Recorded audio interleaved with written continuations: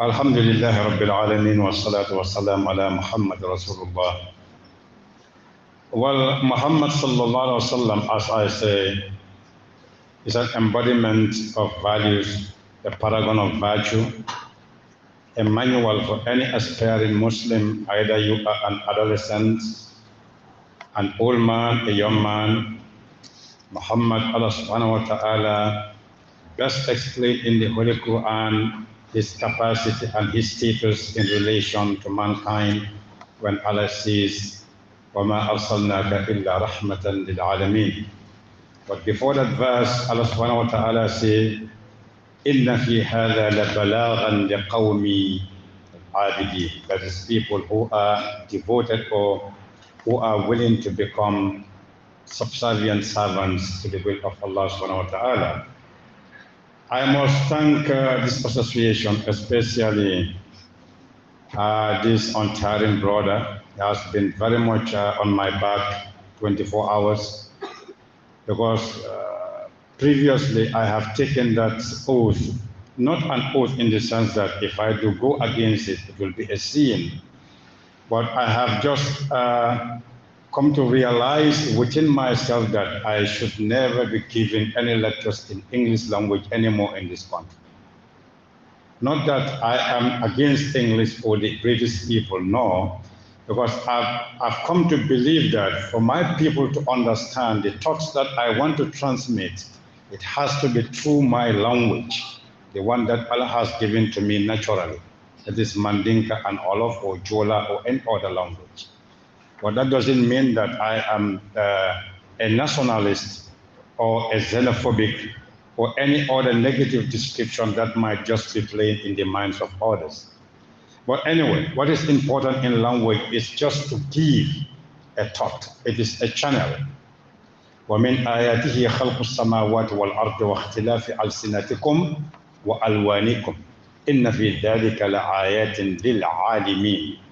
So this is the basis of the importance of language, and it is which gives you the value of one language against the other. But nonetheless, let us go straight into the topic, because this is a very, very important topic and it has come at the right time. And I must raise a point that actually I had an argument with him. I told him that so many Islamic associations are emerging up in this country, but 99% of them died before they are born, stillborn. So I don't think yours, should meet the same fate, because it is based on three principles. You do it for the sake of Allah, you are honest with yourself, and you are sincere with the person you are talking to. These are the three principles. This is why if you have these values in you, no opposition, no enmity, no war, is strong enough just to deviate you from the cause. And at the end of the day, you will emerge victorious. So we should be very careful to differentiate between ideological attractions and Islamic spiritual entrenchment in our minds. There are two different things. And I think the world Islamically, what I mean when I say the world, I mean the Islamic world. Most of the youths are moved or are impelled rather than the Islamic concept of what is Islam, but most of them are moved and motivated by ideological powers, which is very dangerous. This is why this topic is relevant and very important. And we, by the help of Allah, I will not derive my evidences from any source except one infallible source. And that source is the Holy Quran. Because Allah subhanahu wa ta'ala, I think in suratul Isra verse 9, Allah says clearly, I think that's chapter 17 of the Quran. Allah says subhanahu wa ta'ala, إِنَّ هَذَا الْقُرْآنَ يَحْدِي لِلَّتِي هِيَ أَقْوَمْ ويبشر المؤمنين الذين يعملون الصالحات أن لهم أجرا كبيرا. So obviously here Allah is declaring to the Muslim mind and conscience that this Holy Quran, not any other book, but this book is a manual of guidance, is a power that when you use, anything that you want to know and you want to apply and you want to use as a tool, either of reformation or transformation or even transmission, is only through this Quran and the prophetic examples of Muhammad sallallahu alaihi wasallam. So this is why I'm going to base my entire discourse and the evidences I'm going to glean as a manual for the students, because the title is The Characteristics of a Good Student.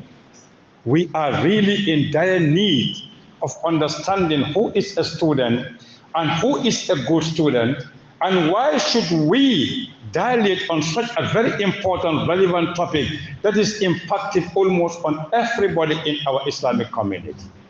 Because in fact, da'wah has gradually become a scorching fire when you are in the field of da'wah in the Gambia, as if you are walking on hot charcoal. Because the slightest error, even a mistake, somebody will just come out of there, an alien from the moon or from Neptune, who will try to just break your back, your neck, simply because there is a difference of understanding between his perception that was instilled in him, not by himself, by the forces of instilling. Because if the Quran instills you with ideas, you will never go against the teachings of the Quran. As he rightly quoted, "Ud'u ila sabila rabbika bil hikmah wal maw'izati al hasana wajadilhum billati hiya ahsan." I don't know why do we divide the Quran. I don't know why are we so divisive among ourselves. So here is a big problem. But anyway, if Muslims, if we are true to what we claim to be, I think nobody, except if your understanding or your assessment or your analysis is different from mine, pertaining to what is taken from the Quran as an evidence and as an example. Because a university is a step. It's a very high step in the ladder of achieving education or knowledge. So I don't expect anybody in a university level to be somebody who can easily be manipulated psychologically or mentally. It is the Quran and the Sunnah that should be your binocular, that should be your compass, and that should be your resort and your dependent. That's the fundamentals. But unfortunately, it is not happening in the Gambia. This is why I believe in critical thinking, analytical, conclusion, and a confirmed belief in whatever you are taking. It doesn't matter you speak good English or bad English. What is important for you to have a very valid, valuable concept and understanding. May Allah help us. So the topic is, who is a good student? Can somebody define what is a student to me, derived from the English word study? Can somebody help me and define it for me? Not from the dictionary definition. I need your own independent Gambian definition. Who is a student? Is it the person or the pupil in the primary, nursery, high school, secondary school, or it is the person in the university or with the PhDs? Everybody is a student, because we are learning continuously to the day we are just, soil is covered onto our dead bodies. Everybody is a student. This is why the Quranic command, Iqra, will always be a command to the end of time. Iqra. It will never be a past tense or a present tense, but it is an imperative tense. That is, you do it, then everybody is a student continuous. You know, one of the secrets why Africans, they go to school and they are taught, but most of them are not educated. Listen to this. They go to school and they are taught, but most of them are not educated. Because education is not simply the quantity of information that you have harbored in your mind. Because you have a limited space of your brain. It's just like the megabytes of a mobile. It will be full. But education is simply to translate that information from that abstract level to a practical level, impacting, changing, and transforming yourself and your society or your community. This is knowledge. My master's, my PhD. But how many PhDs and masters do we have in this country? This is why the most dangerous form of education is the British abstract education. You just pass your exam, you get you this degree, and you go and find a white-collar job in the office, and that's okay with you. As long as you are developing yourself, you don't care about the backwardness of the community. And this is killing Africa, and it's killing the Muslim Ummah here. Let's go to the Holy Quran. As a point of reference, I think every Muslim, alhamdulillah, most of the youths are memorizers of the Holy Quran. But I still challenge the youths to be very ponderous, reflective, analytical, critical, and to go beyond the normal. Because if you are not going beyond the normal, you are still a mediocre. Anybody who is not beyond the normal, you are still a mediocre and ordinary mind. We need great minds. And I'll give you an example why mediocrity is a sin, an intellectual sin. To repeat what your lecturer told you in the auditorium is absolutely absurd, and it is out of context for educational, sophistication. But we get the Quran. Everything in phenomena has two aspects, or two components. That is the visible and the invisible, isn't it? You see the visible, but the invisible is there. You don't see it. But it doesn't mean that it doesn't exist, because your senses of perception are not given the opportunity to see it, but it is there. Allahu Akbar. Allahu Akbar. Let's go to the Holy Quran. But in the Anglia, sometimes when I'm not angry, but when my chains are broken, I go beyond the grammatical level. Is it okay with you? Okay. When my linguistic chains are broken, I don't even observe the grammatical standards. But may Allah help us. So let's go to suratul Kahf, chapter 18 of the Holy Quran, from verse number 60 to number 82. Allahu Akbar. Allahu Akbar. The best example for a student, or the best step that a student should follow as a Muslim, is the studentship of Musa alayhi salam. Musa was a great prophet. And Musa was an interlocutor with Allah subhanahu wa ta'ala. He was directly, Allah was directly talking to Musa alayhi salam. But nonetheless, Musa is one of the most critical students that history has ever written or narrated. Suratul Kahf, verse number 60 to verse number 80. Listen very carefully. وَإِذْ قَالَ مُوسَى لِفَتَاهُ, when Musa told his servant, I will never stop walking and searching for knowledge until and unless I reach a place where the two waters meet. This is the verse from number 60. Isn't it? The story is long, but we are going to get the nitty-gritty, the nutrition, the psychological, cure, the treatment is what we are going to get out of these verses. From verse number 60 to 82. Very short verses, but it is an encyclopedia for you to qualify or for you to evaluate anybody who is a good student and who is not a good student. Then, a good student is anybody who has the desire to know. Because Musa says, I will never stop walking, going for this knowledge until and unless I arrive there, or it will take me a long time. That is a long time. I'll be walking until I reach there. That is the quest for knowledge. There must be that determination, that inner love and desire to know what is knowledge. But you see, our problem, as I said in the initial opening, is I can't know, but we hardly hear people say I don't know sotole. In the Gambia, what you hear is I can't know. I can't know because the person has that eloquence, that power of clarity. And there is a lot of information behind his mind. But I don't know, so we hardly hear people singing about it. Londo is connected to good conduct. But Londo is connected to the quantity of information in your mind, as we are taught in the universities. For 4 years, they give you a degree, and they told you have a bachelor, go for master's, then a PhD. If at all knowledge and information are the same, a PhD, a master's, a bachelor's degree should never deviate from whatever is righteousness.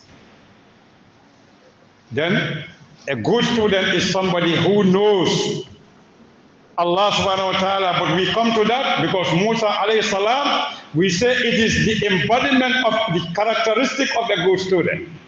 The desire was there. You must have the desire. Don't say people are in it, let me go into it. And make sure that you know what type of knowledge do you want to study and why do you want to study it for the short term and the long term benefit. Just like some of the women, they got their degrees and they go and stay in the houses. It's absolutely absurd and misunderstood. That has no meaning. You cannot have your degree in science or any other language in Islamic knowledge, then you go and sit in the house. Okay, we can say if the priority is for you to sit there, then that is your right place.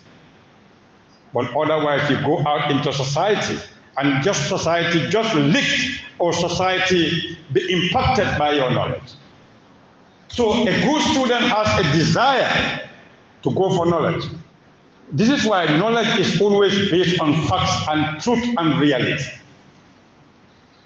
Now, Mira, as we are doing now, I just buy a book, or I bought a book from the bookstore or the bookshop, written by an eminent scholar. I mean, the man is trying to reflect his understanding of the situation in that book.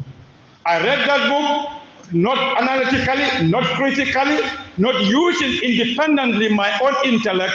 Then I memorized the book and I started using that book, to fight against other people who are in complete opposition to my standing or my position. And this is what is happening in the Gambia. Sometimes I stand in ovation for the Gambian youth. You know, they can imitate and some can emulate.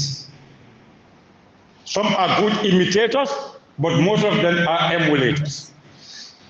An example is Zakir Naik. Zakir Naik is one of the greatest phenomenal gifts that Allah has given to the Ummah. But you will find that even that person is not immune against the denigration of the evil-minded people. But that man is a gift to the Ummah. You see, the Gambian youth, they are so perfect in imitation and emulation. If some of them emulate Zakir Naik on the podium, you think that you are having a black Gambian Zakir Naik talking to you. But they will never go beyond Zakir Naik. They are always in the ordinary box. And I want them to go beyond Zakir Naik, to be greater than him. This is what I want. May Allah help us. Let's go back to verse number 60 to 82. The desire must be there. Musa told his servant, I will go for this as long as it is there and achievable. I will go for that. And Musa went on. To make the story short, Musa continued searching for the location where an appointment is made. When actually an incident happened, they passed the place. An incident happened. There was a fish. Either it was cooked, uncooked, it's not important, but a fish symbolizes something. You don't go for the tail when the head and the body is already there. You need to get lessons. What does that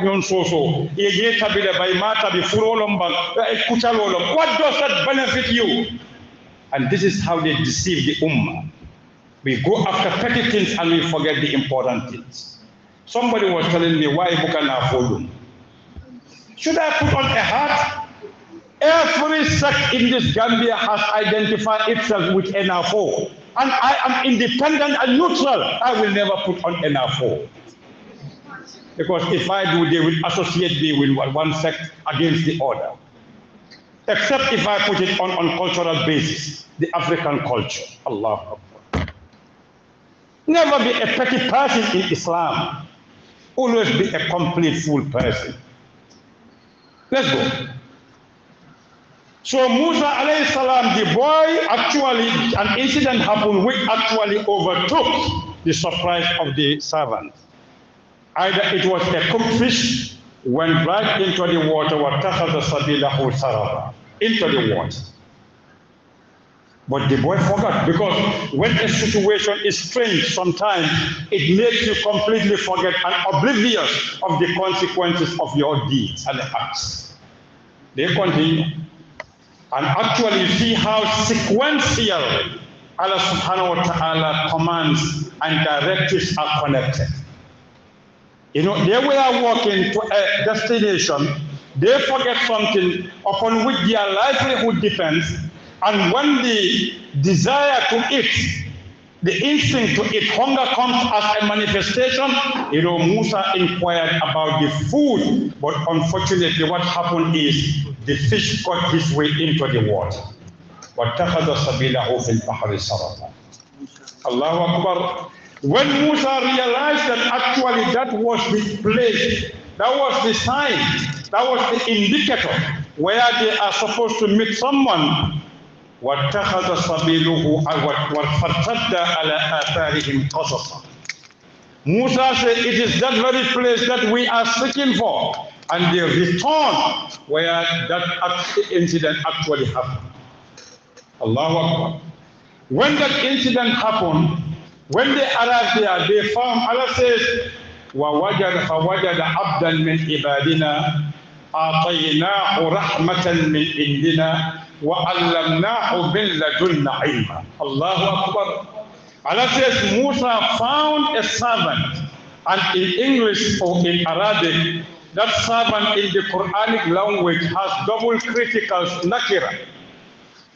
It means a common noun or a generic noun. You cannot specify who the person is, but Allah says, Abdan min ibadina. Well, that is commonly who they call Khidr, isn't it? And when Musa found that man, look at what Musa demanded from the man. Should I follow you for you to teach me what you have been taught in righteousness and guidance?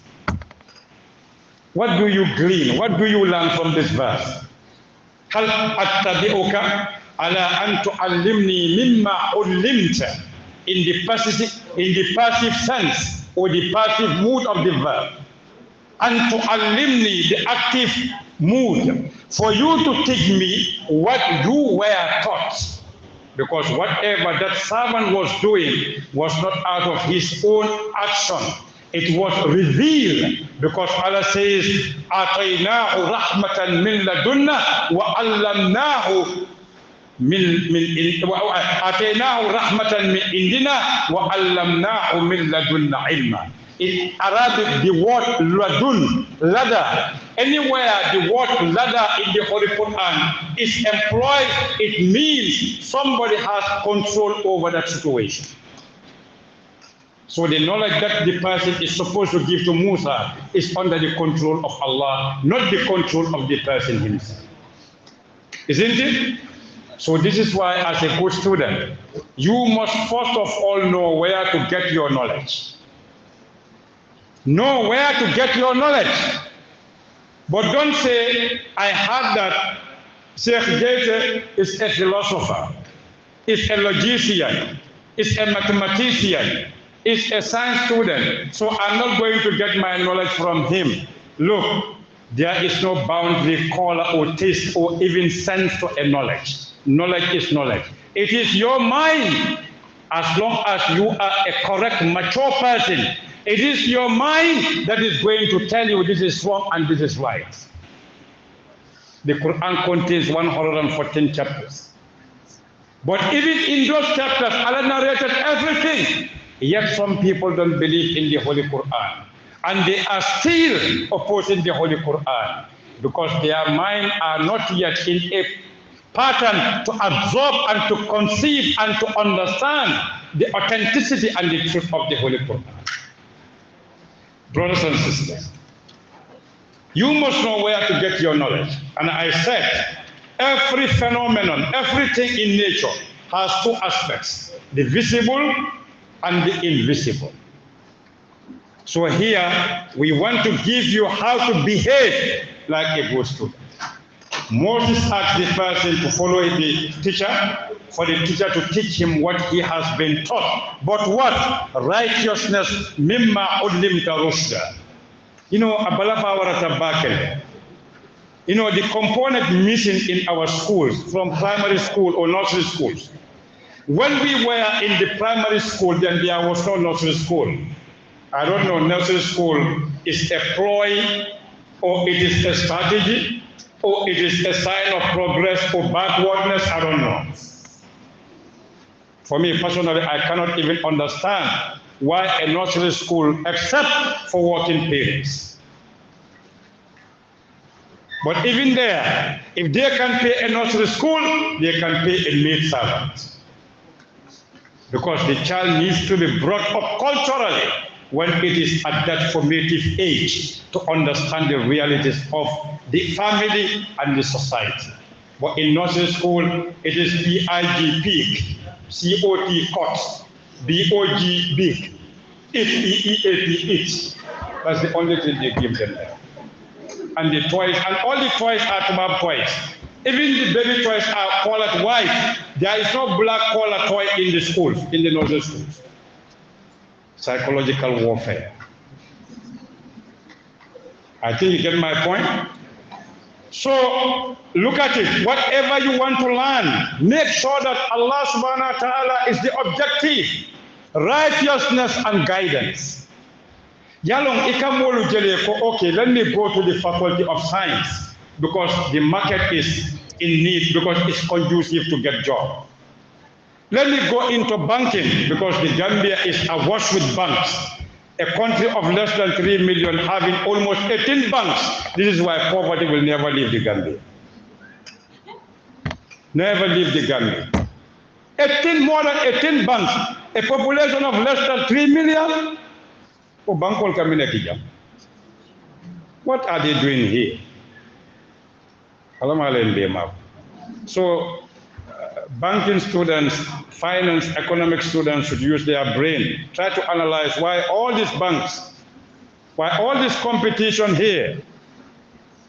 Because you and I have been taught and trained and inculcated with an economic system that is completely alien and is killing me and killing you. That is the Western economic system.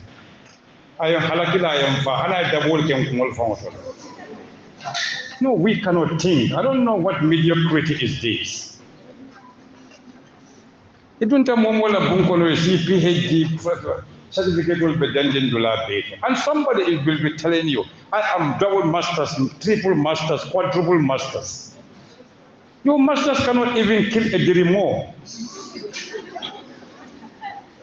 Because dirimo da malaka dun dimko kon aya fango soke. Bari ita kana buka bungo fango lono. No, it's just painful.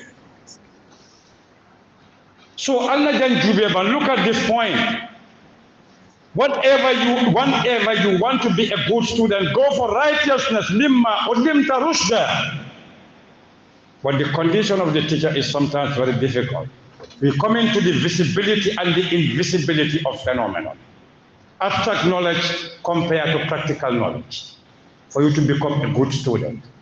But what I'm saying is the limited understanding I have about those verses. When you go home, try to ponder more and deeper on that verses and get more knowledge than I am telling you now. It's the principle of increasing knowledge. And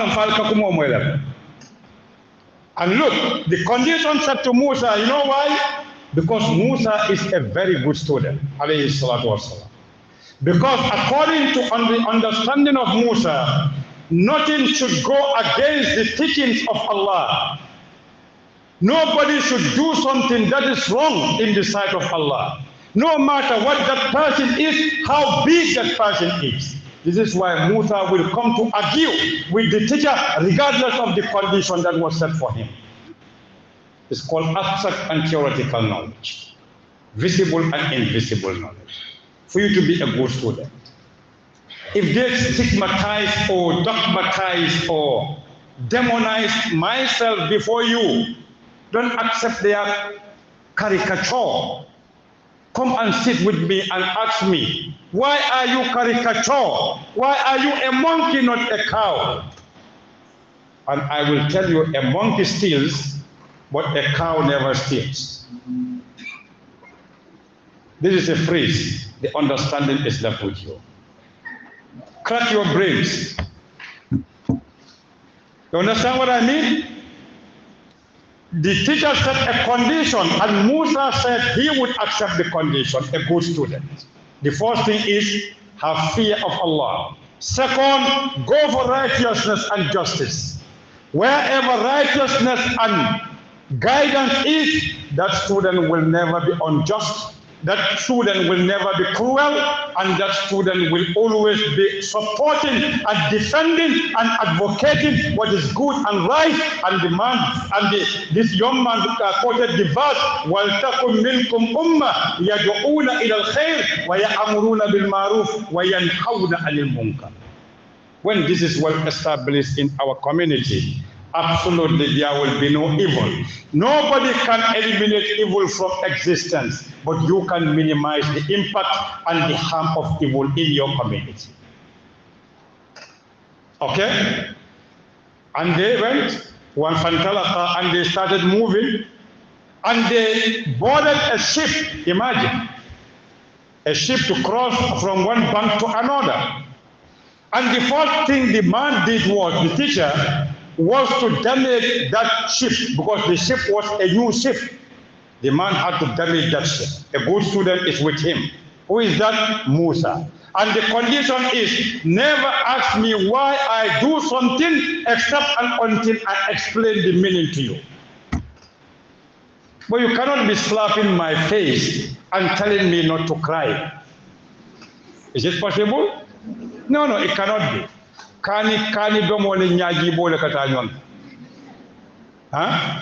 Isn't it okay? A good example is, it always happens to everybody in situations in life. And the man damaged a new ship, and that ship belonged to needy people. Al-Masakin. In the Quranic linguistic or in the Quranic etymology, Al-Miskin wal-Faqir. That is a difference. When you say a miskin has a means, but the means are not sufficient to meet his needs. But a faqir is somebody who is entirely in need without any means. And the ship belongs to who? Masakin. And they were, crossing and transporting or ferrying people from one bank to another. And he damaged the ship. Well, Musa, as a messenger and a prophet and a person of good conscience and a good student, can never be silent in the face of evil.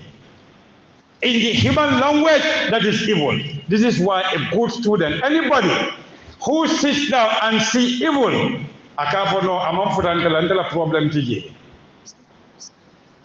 there is no problem as long as it has not impacted or influenced me. There's no problem. Anybody who is thinking in that man with that mindset, that person is smart. He should be in tanka, not in the community. And this is what is happening. And the Quran has asked us, commanded us, wal takun, and this is imperative. It should be, it must be, and it must be implemented, and it must be established.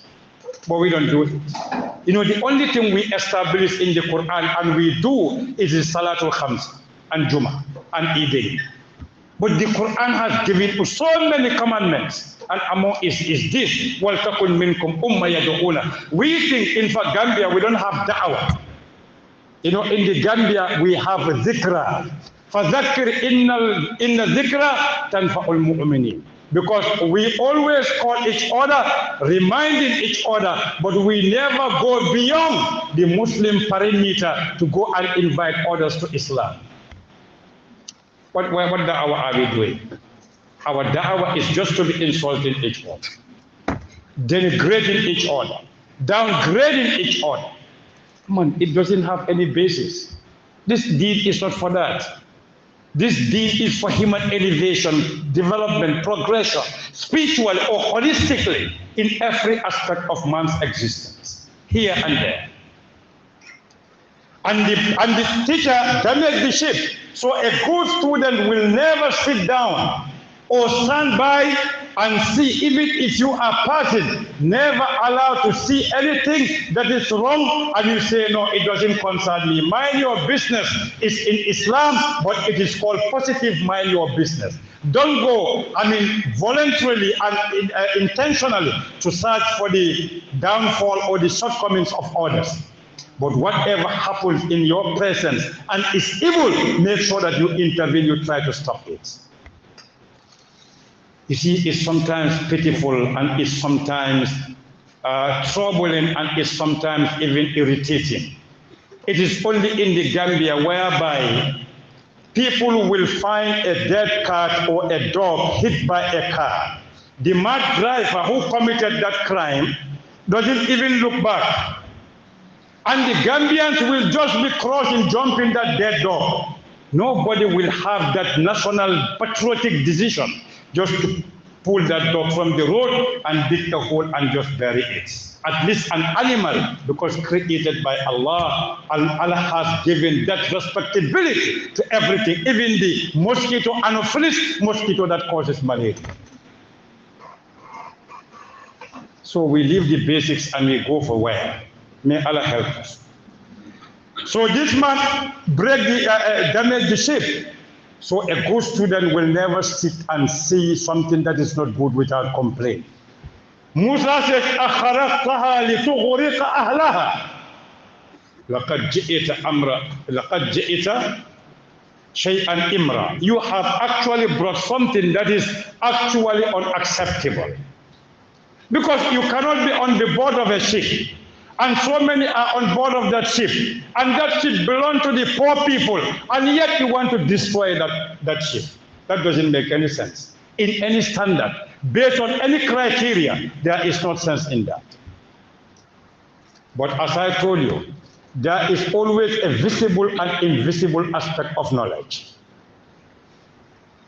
This is the most important thing. Go. Allah informandinka kawni sura kawala aliya moiba. Ite sama fenge dunia ay kufra le soto niya kilimo long hanim bi man londo soto. Walakin na yeko kuje banta afasari munatin na iman dumaje. Do you know that the mountains that are below the sea level, those mountains are deeper and longer in length than the one at the top? Let's say Mount Everest. Anybody can just tell me, because Gambians are good in memorization to Babu Safero. Anybody can tell me how many feet is Mount Everest? 8,000 plus feet, isn't it? But Mount Everest, the mountain that is right into the sea, is longer and deeper than 8,000 plus feet. So you are seeing the one outside, but the one inside you are not seeing it. And it's longer and stronger. This is knowledge. Everything is visible and invisible. This is why when the visible sees the invisible, it is false. I think you understand that point. Walakinna molu mini kafe tolmu alalet. Ekadiamu molu mini. Those people, they are given 5 senses, and they can perceive reality with their senses, and they can see the person who claims to be God. This one is a visible, and you claim to be invisible, and the visible is seeing the invisible. That is false. Alon fale nyum ko mo moy le bang. Aliya moy. Ha? Moy na koy konta mo alalet. Amin ka diamu inya bale tulo ba. Ala dum manyan na kaje. Ite dum min akadiamu ite ate jele. Ota ate tekela no ala di bawo ite ate jele. Ka ite ka jele, ate ka jele, ala dum bu ka je. Ota be fani ate. I think you get the point. So Musa alayhi salam is a good student. He told the teacher, the condition is I should not ask you anything, but this is beyond endurance. I cannot bear this beyond human endurance. It's against my law, it's against the law of nature. You cannot board a ship belonging to the poor people and other passengers and you try to destroy that ship. That cannot be. But Musa, in this context, he himself, he was a child. This is why what happened when you were a child, if somebody is older than you, don't try to challenge him much. If you do, you find yourself, you become what is called a laughing stock.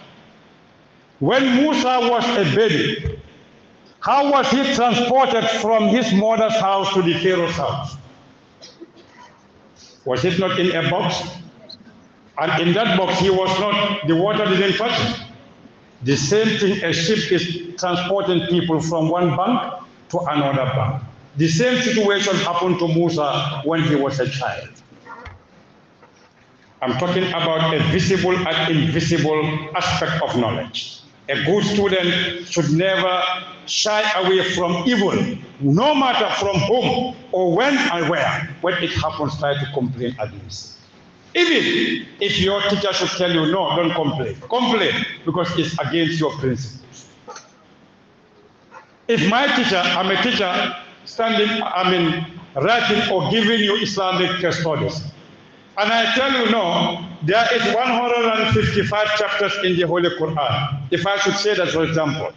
And you, the student, because you hold me in high respect, you just keep on shaking your head. Is that correct? Absolutely, it's wrong. Don't do that. But out of pure respectability, you must, caution me, alert me with full respect that, teacher, what you have added on the numbers of 144 or 114 is wrong. Okay, let's go, a good student. But the old man, the teacher told Musa, I told you, you can never be patient with whatever I am going to do. I have done one, I am left with 2 for your 3 classes. You are going to fail the exam based on my criteria, but you are going to pass your exams based on your human criteria. Look at this. Alim fahamu bata. Musa failed the exams based on the criteria of the teacher. But Musa passed the exam based on the criteria of Allah. Because whatever the teacher is going to do is wrong in the sight of Allah.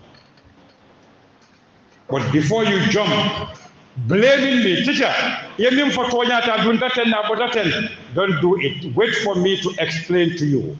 Anything that you hear, you don't understand, don't pass judgment precautiously or prematurely like that. Just ask me, why did you do this or why did you say this? Isn't it? A good student is always in support and in defense of truth, no matter from who. And this teacher said, I told you, you could never be patient with my actions or my lessons. And you see, before here, the teacher actually emphasized to Musa that كيف تصبر على ما لم تحط به خبرة. How can you be patient with something that you have no knowledge of? Because Musa has no knowledge of the invisible, but he knows the visible. Because it's perceivable by our 5 senses. But this one, Allah says, آتَيْنَاهُ رَحْمَةً مِنْ إِنْدِنَا, giving the status, وَعَلَّمْنَاهُ مِنْ لَدُنَّ عِلْمًا, the knowledge is given by Allah. Isn't it? Okay, they went, after some time, the teacher killed an innocent young man, which is worse than the first one. The first one is material destruction, and it is replaceable. But the second one is destruction of an innocent soul. وَمَا كَانَتْ لِنَفْسٍ أَن تَمُوتَ إِلَّا بِإِذْنِ اللَّهِ وَمَنْ قَتَلَ نَفْسًا بِغَيْرِ نَفْسٍ أَوْ فَسَادٍ فِي الْأَرْضِ فَكَأَنَّمَا قَتَلَ النَّاسَ جَمِيعًا. So Musa knows that killing an innocent child, especially a young man, is absolutely out of the ordinary. Nobody can accept that. But Musa knows that actually, practically, it's wrong. But the consequences that are coming, Musa doesn't know. So, a good student, make sure that you are a protector and a defender of human life. You know, we have so many Gambians calling themselves human rights activities. And these human rights activities, it is a universal value and concept. But we've been taught in their institutions to know what is human rights.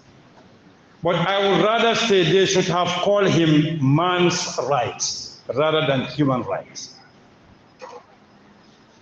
Because Allah called me insan bani Adam, isn't it? But they call it human rights. My humanity and that of the American humanity are completely different. When somebody kills an American mistakenly in the world, the United Nations will convene for an emergency meeting. But go and kill 1,000 black people in North Africa, nobody even just cry. Then our humanities are different. But we are man, belonging to one father, Adam. Ya Bani Adam. This is why the Quran says, وَلَقَدْ كَرَمْنَا بَنِي Adam. And they didn't say, وَلَقَدْ كَرَمْنَا الْإِنسَانِ. So a good student should be a defender of the lives of the innocent people, no matter what the consequences is. But you must ask first, why do you kill this person? Why? And the third station is, a good student, Musa said, أَقَتَلْتَ نَفْسًا زَكِيًّا. You kill something that is very pure and innocent. لَقَدْ جِئِتَ بِشَيْءٍ. Look at the promotion and the elevation and the aggravation of the linguistic power of the Holy Quran. The first one is لَقَدْ جِئِتَ أَمْرًا إِمْرًا. But the second one, لَقَدْ جِئِتَ شَيْئًا نُكْرًا. This is something unknown. No civilized person can do this. To kill an innocent child? No civilized person. It's not known. It is out of the parameter of the conventions of people. And the teacher complained again. I told you, you can never be patient and enjoy with me concerning what I'm doing. You want to learn. You are very much, you have the zeal, you have the determination, you have the desire to learn, but you cannot learn because what I'm teaching you is beyond the normal. It's beyond the mundane. It is called the sublime. It is the knowledge of Allah, of the invisible, and you are learning the visible. A good student. Very important lesson. You know why Allah subhanahu wa ta'ala asks us not to be backbiting each other? Because in the Holy Quran you have haram, you have forbidden. We are forbidden from backbiting. You know why?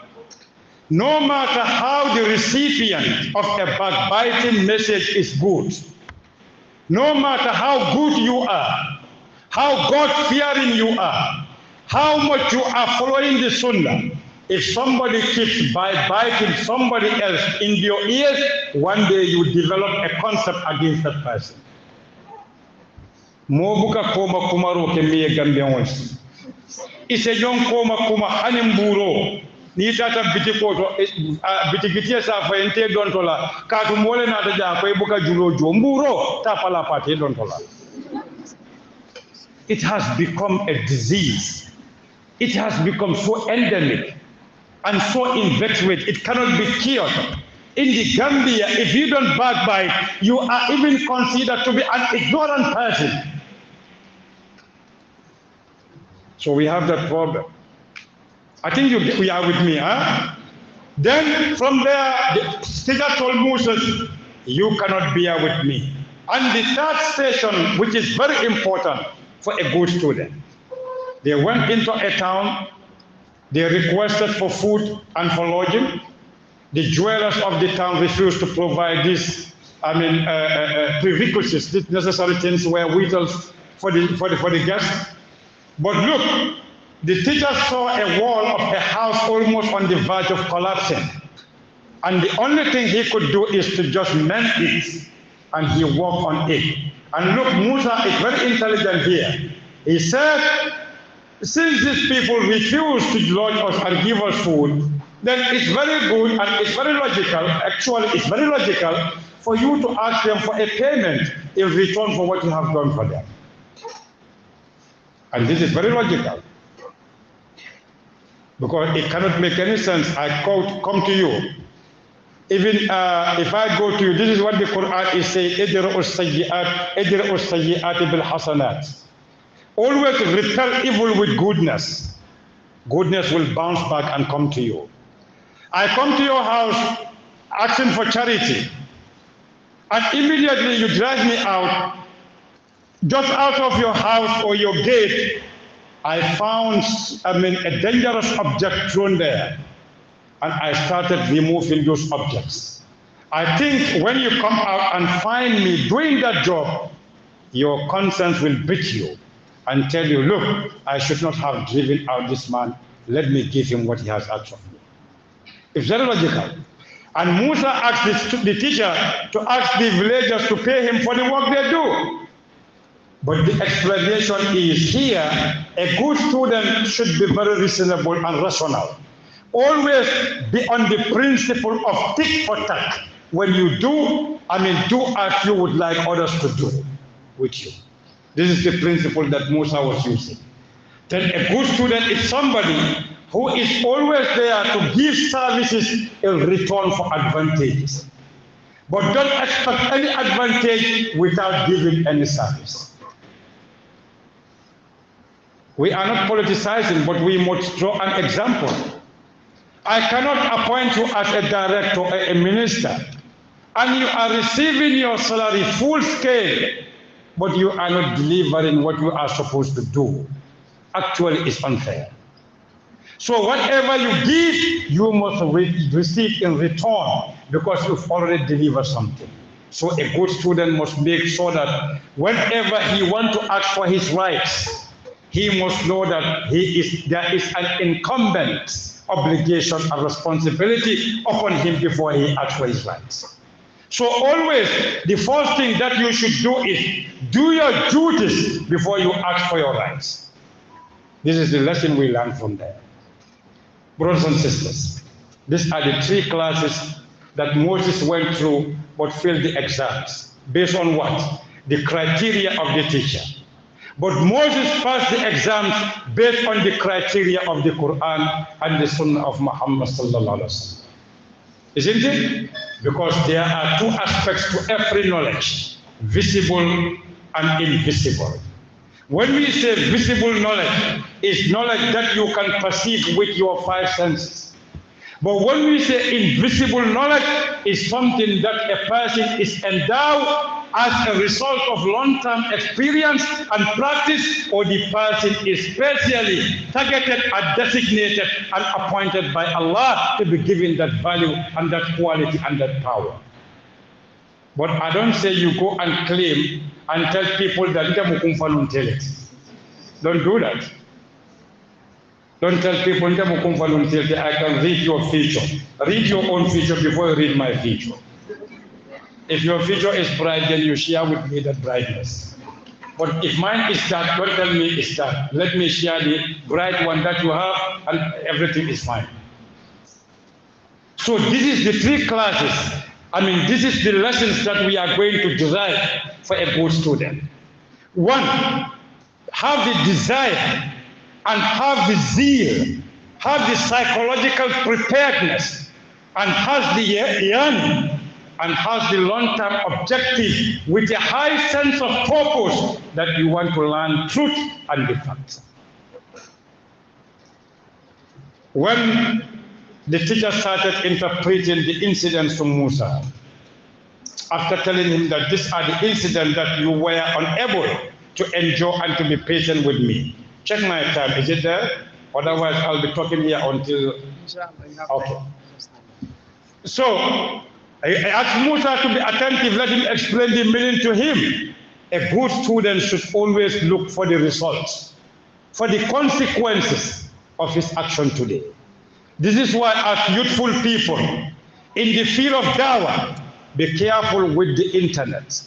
Don't insult, don't denigrate, don't caricature, and don't demonize, and don't degrade anybody in your da'wah. Because whatever is inserted and slaughtered in the internet shall never be removed or deleted to the end of time. And when the generations to come, when they come, navigating in the internet to know whatever what we were doing, you will be insulted by the generation yet unborn. So be very careful and conscious of the justice of history. Be very careful, because we are sent as messengers. Look, brothers and sisters, Allah subhanahu wa ta'ala, I think in Ali Imran verse 140 or something like that, 144 I believe, where Allah is telling Muhammad, Ma kana Muhammadun aba ahadin min rijalikum. This man can quote even the numbers and everything, even the zero, this man can quote. ما كان محمد أبا أحد من رجالكم ولكن رسول الله وخاتم. Allah didn't say وخاتم الرسل. Allah says وخاتم النبيين. You know why? Because Muhammad is the final prophet and messenger. But Muhammad has left a book with you, and that book is the epitome of knowledge, and is the encyclopedia of life, and it is the manual of gaining or getting the blessings and the graces of Allah subhanahu wa ta'ala in this world. And you as a Gambian youth, you are assigned to take that book as a letter and transmit that book to other people who have not yet received or understood the book. Then in your position, metaphorically, figuratively, you are just like a messenger, because it is only a messenger who is carrying a letter to the person who it is intended. You get the point? Is it clear before you? I think that your man is smiling and shaking the head. I think you get it, huh? Okay, thank you very much. So look at this. He says for the first incident, that is the ship, it belongs to people who are miskin. But there is a wicked king somewhere at the other bank. And any ship that is good, that wicked king will just seize that ship and make it its own and added it on its own fleet of ships that are ferrying the people from one bank to another. You see? So a good student will always try to be what? Based on this, incident. What should you do? A good student should always be analytical. Any situation that you find yourself, make sure that you think critically and try to analyze the consequences, why this should happen, and who has caused it to happen, at what time, at what space, and why. If you ask yourself these questions, you will arrive at a very conclusive, convincing answer. Number one. Number two, and secondly, as I told you the first time, anytime you see injustice, try to find a way to avoid that injustice from falling onto innocent people. This is why there is a principle in the Western concept of life. The means justifies the end, isn't it? But that's absolutely not very Islamic. The end and the means must justify together for you to get a legitimate end. Both of them must be legitimate. Because you cannot come and steal my money and you say you're going to build a mosque with that money. That doesn't fit. The means is you steal, which is wrong, and you are going to build a mosque. That is okay. But the means is wrong, then the objective will be wrong. So all the time, look at the feasible, acceptable, moral and spiritual principles that you are going to use to avoid greater harm from falling upon people. Number one. Number two, killing of that innocent child, a good teacher and a good student. But here, nobody in the world is allowed to kill anybody except if that person committed a crime that is, the Quran has enshrined that he should be killed. Only that. Don't go and kill people in the name of religion, tagging these bombs on your body and throwing bombs in the mosque and say you are working for the way of Allah. No, Allah doesn't create man to kill him. This is why Allah in the Holy Quran, Allah would tell you, huwa yuhyi wa yumeet, but Allah didn't say yuhyi wa yaqtul. It's not in the Quran. But Allah would tell you yuhyi wa yumeet, because death has many factors combined to cause death. This is why when somebody passes away, we don't say Allah fa. What do we say? Allah watu sita. But we say sasale fa, motole ataki, kulintidale boita, jiele fa. But we don't say Allah fa. We say Allah ake. This is what they say. So man is so respectable and dignified. You don't kill man. But the killing of this young man is symbolic. It has a meaning. It tells you that wherever you see evil, small evil growing, don't allow it to grow. This is the meaning of killing the child. At alien family, amanke kwaita mo father, because you cannot know. You are human. You cannot predict what person will be tomorrow. You cannot do it because you cannot even predict whether you pass the exams or not. How much more you can predict somebody's destiny tomorrow?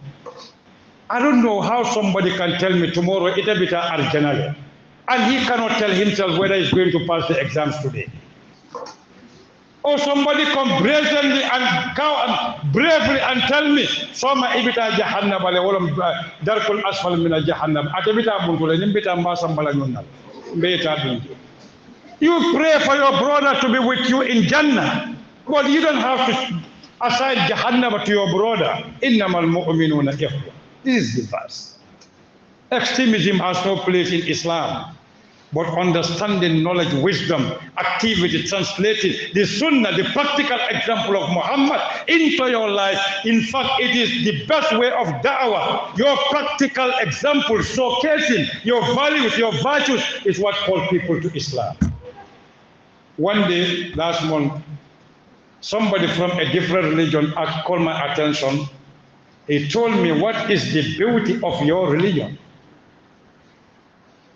What is the beauty of your religion? And where is the beautiful face and moral face of your religion? You know why he asked that question? Because the person is a keen follower of every da'wah activity in this country. And he doesn't belong to our religion. Because they have their think tank.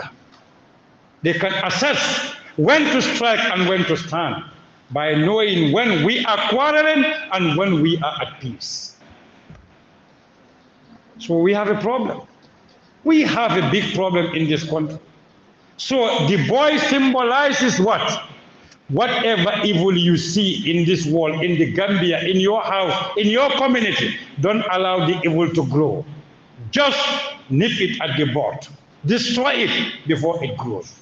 Because the teacher told Moses, this boy, when he grows up, he will be a despot, a transgressor, and an ungrateful child against his parents.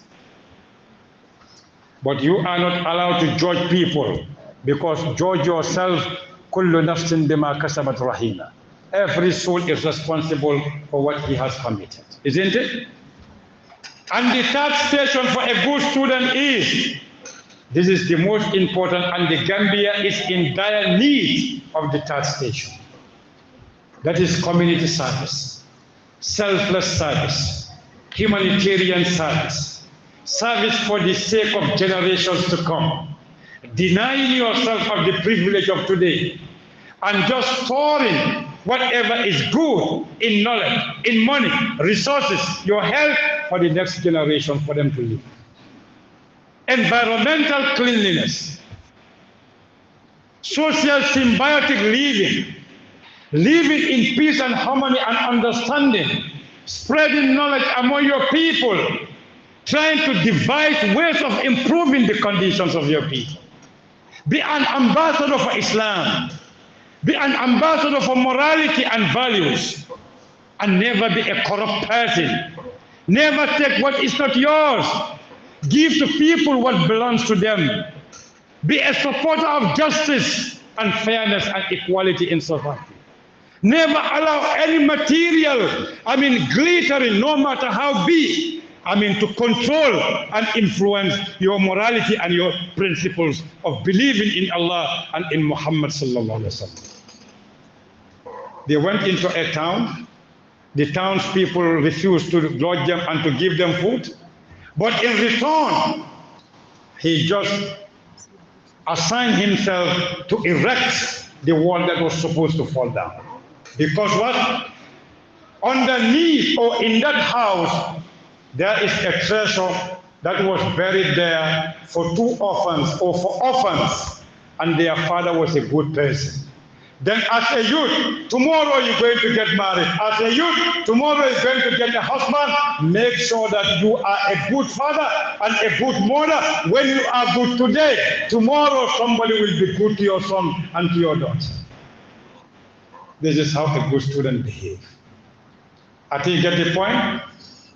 Look, and whatever happens, if somebody denies you to do goodness to you, don't take it as a challenge or an account against him. Always, as the Quran tells us, use righteousness to defeat wickedness. When we do that, you are a good student. So this is actually the three classes where Musa passed the exams morally, but when it comes to that invisible knowledge, he failed the exams. Let's go back how a good student should behave, because one day at a time, either the same situations you pass through it, or in the future you will pass through it. Musa was born in Egypt when the Pharaoh issued a declaration to kill every Israeli baby who was a child. And Musa escaped the killing of Pharaoh's agents through a wooden box to the palace of Pharaoh. So that ship represents what? That canoe, that box that took Musa to the palace of Moses. What you don't expect could be a source of blessing for you. But what you like can be a source of calamity for you. Asa an tuhibbu shay'an fa huwa sharrun lakum wa asa an tukrahu shay'an fa huwa khairun lakum. And the second station is in the story of Musa, suratul, when Musa sneaked secretly into the town in Egypt, he found two men fighting. One belongs to his clan, that is the Israelites, and the other was an Egyptian. And the one who is with the same tribe with Musa asked Musa to help him against the Egyptian. And Musa pushed the Egyptian with his power, and the man died inadvertently, not intentionally, but unintentionally. Isn't it? By killing that Egyptian, Musa was able to leave Egypt to Midian, because Musa more or less was a prince in Egypt. But when you kill an Egyptian, then look at this. When you kill a citizen of Egypt during the time of Moses, and you are caught, before 10 years, you are killed. But after 10 years, you are not killed. This is why when Musa went to Midian, and when he signed the contract with his in-law, the in-law asked him to complete the term of 10 years. After 10 years, he married and came back to Egypt. Pharaoh couldn't take him to the law. That's why Pharaoh told him, وَفَعَلْتَ فَعَلَتَكَ الَّتِي فَعَلْتَ وَأَنْتَ مِنَ الْكَافِرِينَ. He cannot be taken to the law. So our lawyers should go to the Quran and learn what is called limitation of status. It's there before even the lawyers, the so-called British common law, come to the Gambia. I think you get my point. So the same problem is I have 5 minutes more. The same problem is with Musa. Musa, actually, somebody was killed by him, but unintentionally, and that became a cause for him to flee out of Egypt to Midian, where the appointment will took place, where he would be assigned and commissioned as a messenger, a prophet, to come back to Egypt and overthrow the despotic and the oppressive system of Pharaoh. then a good student is always somebody who is prepared to fight against injustice. You know, I cannot understand, me personally, I still cannot find any explanation to it. Nteta fahamunola mobe londo sudola nyadile. Mobe karawa kala nyadile to a university. And you happen to see injustice. And you happen to see corruption. And yet you are just reticent and silent. You don't even talk about it. You don't even speak against it. For me personally, I cannot understand that. Personally, I cannot understand that even, in fact, regardless of your educational level. But for a Muslim, this is absolutely understandable. Nobody can understand this. But look, and the final one is where the wall was about to fall and the teacher mended the wall. When Musa went to Madian, listen to this very carefully. This is very important for a good student. When Musa arrived in Madian, before entering the village of Madian, he saw two ladies with their flocks. But those ladies couldn't water their flocks except the men are completed with giving water to their flocks. When Musa asked them, they answered him, we could not go there until the men are done and go. Then we come and water our flocks. Then here we have two important points. The femininity sometimes is weakness. To be a lady, you should not force yourself into the wall of the men. Don't force yourself, don't compete with the men in their wall. But don't allow the men to compete with you in your wall. I think you understand what I mean. This is why gold digging is very bad. Gold digging is competing with the men in their wall and competing with the woman in their wall. And you cannot be two at once. You can only be one. This is why gold digging is not good. I think you get the point. Don't allow the men to compete you in your wall, but don't compete the men in their wall. When we do that, we live symbiotically, peacefully. Nobody will say, I am Orotile, I am Butele, I am Pusile. When you go to the graveyard, there is no complaint in the graveyard. You know why? Because everybody is sleeping there. You see? So look at this. Moses, when they told Moses their reasons why they are standing and not watering their flocks, what did Musa do? Musa went, what is called the manhood, the decent and modest manhood was triggered. Musa went and held those two ladies and watered their flocks, and they went home. And doing that good deed to the ladies, what was the consequences of that? Musa got a wife, isn't it? And in the same time, Musa met Allah. وَجِئِتَ عَلَىٰ قَدَرٍ يَا Musa. Musa was commissioned and made an ambassador and an instrument to go and depose that tyrannical system of Fir'aun in the capital. Isn't it? Then when you do righteousness, you are rewarded whether the person you do it or not, because when Musa's teacher meant the fence, that fence belonged to who? Orphans. And their father was good. Then when the father is good, obviously somebody will do good service to the sons. So as a good student, always try to be a good father. Always try to be a good student, and always try to be giving services to those who need it without expecting any pay. Well, that's why Allah subhanahu wa ta'ala in the Quran, he says, وَلَا تَمْنُنْ تَسْتَكْثِرْ. Never be doing good expecting for people to give you more. When we arrive here, we say, Alhamdulillah Rabbil Alameen, wa sallallahu ala Sayyidina Muhammad wa ala alihi wa sahabati. I have a question answer, some questions. No. اللهم زدنا علما. So yes, we are really sorry that there were